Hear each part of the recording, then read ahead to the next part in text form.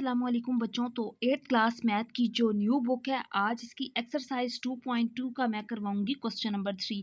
तो question number 3 के 4 parts हैं, 1 बाय 1 मैं तमाम पार्ट्स करवाऊंगी। इन क्वेश्चन में ये कहा गया है, इन क्वेश्चंस के चारों पार्ट्स में find the general term of the following arithmetic sequence. एक अरिथमेटिक सीक्वेंस दिया गया है, हमने इसकी जनरल टर्म मीन जिस तरह क्वेश्चन नंबर 2 में था ना, जनरल टर्म दी गई थी, हमने ये सीक्वेंस मालूम किया था। अब क्वेश्चन 3 जो है वो 2 का उलट है, इसमें सीक्वेंस दिया गया है, हमने इसकी nth term means general term an term इसकी मालूम करनी है, मतलब हमने आखिरी टर्म निकालनी है कि ये सीक्वेंस किस तरतीब से बनाया गया है, ये हमने मालूम करना है। तो जनरल टर्म मालूम करने का अरिथमेटिक सीक्वेंस होता है ऐसा सीक्वेंस जिसमें कॉमन डिफरेंस पूरे सीक्वेंस में सेम रहे।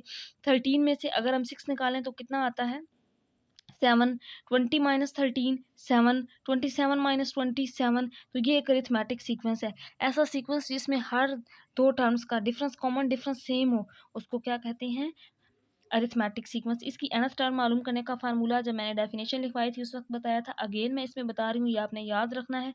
ए n is equal to A1 plus n minus 1 into d. तो ये है अरिथमेटिक सीक्वेंस का फार्मूला nth टर्म निकालने का, मतलब जनरल टर्म निकालने का। हमें A1 चाहिए और D चाहिए। A1 सीक्वेंस की पहली टर्म होती है, D जो है वो दो टर्म्स का डिफरेंस होता है, इन दोनों का ले लें या इन दोनों का। अगर A1 और D पता चल जाए तो हम इसकी जनरल टर्म मालूम कर सकते हैं, तो ये फार्मूला यूज करेंगे। अब हम यहाँ पे देखेंगे, पहले फर्स्ट टर्म सीक्वेंस की A1 वो क्या है 6 है, फिर हम D निकालेंगे, ये D A1 और D दो वैल्यूज हमें चाहिए। D कॉमन डिफरेंस है, चाहे 13 माइनस 6 कर लें या 20 माइनस 13 कर लें, एक ही बात है, सब में सेम होगा। तो D का आंसर कितना आ जाएगा 7 आएगा माइनस करने से। तो दो वैल्यूज हमें चाहिए थी, A1 और D हमें मिल गई। अब हम इसमें पुट कर देंगे, क्योंकि AP का यानी कि अरिथमेटिक सीक्वेंस की लास्ट टर्म मालूम करने का फार्मूला होता है AN is equal to A1 plus n minus 1 into d. इसमें पुट कर देंगे यहाँ पे। अब हम इसमें पुट करेंगे तो ये AN तो एज इट इज़ ही रहेगा। A1 कितना है 6 है, यहाँ पे n माइनस 1 इसी तरह रखेंगे हम। D की वैल्यू कितनी है 7 है, 7 को ये मल्टीप्लाई हो रहा है दोनों से, तो मल्टीप्लाई कर देंगे, 7 n से मल्टीप्लाई होगा 7 n आ जाएगा, 1 से मल्टीप्लाई होगा तो 7 1 ज़ार 7।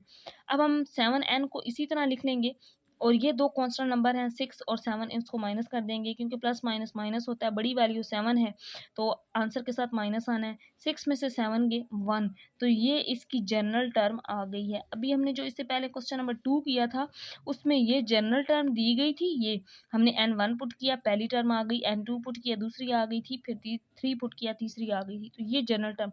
अब सीक्वेंस दिया गया था उससे हमने जनरल टर्म निकाल ली। याद रखिएगा, जनरल टर्म निकालने के लिए हमें A1 और D चाहिए, और ये फार्मूला है अरिथमेटिक सीक्वेंस की जनरल टर्म मालूम करने का, ये आपने याद रखना है।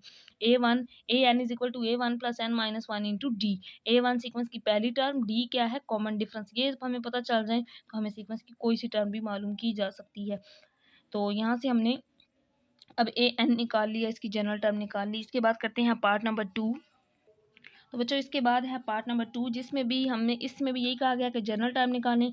ये अरिथमेटिक सीक्वेंस है, हम इसकी पहली टर्म निकालेंगे, D निकालेंगे और जनरल टर्म वाले फार्मूला में पुट कर देंगे। 7 माइनस 5 2, 9 माइनस 7 2, 11 माइनस 9 2।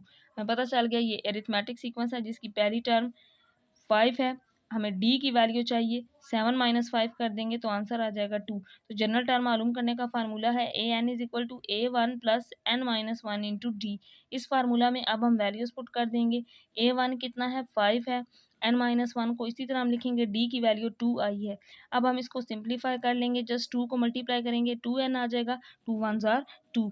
5 माइनस 2 क्या आएगा 3, तो 3 प्लस 2n, 3n नहीं, 5 माइनस 2 जस्ट 3 प्लस 2n। तो ये इसकी जनरल टर्म आ गई या इसकी nth टर्म आ गई इस अरिथमेटिक सीक्वेंस की। इसके बाद इसका करते हैं पार्ट नंबर 3।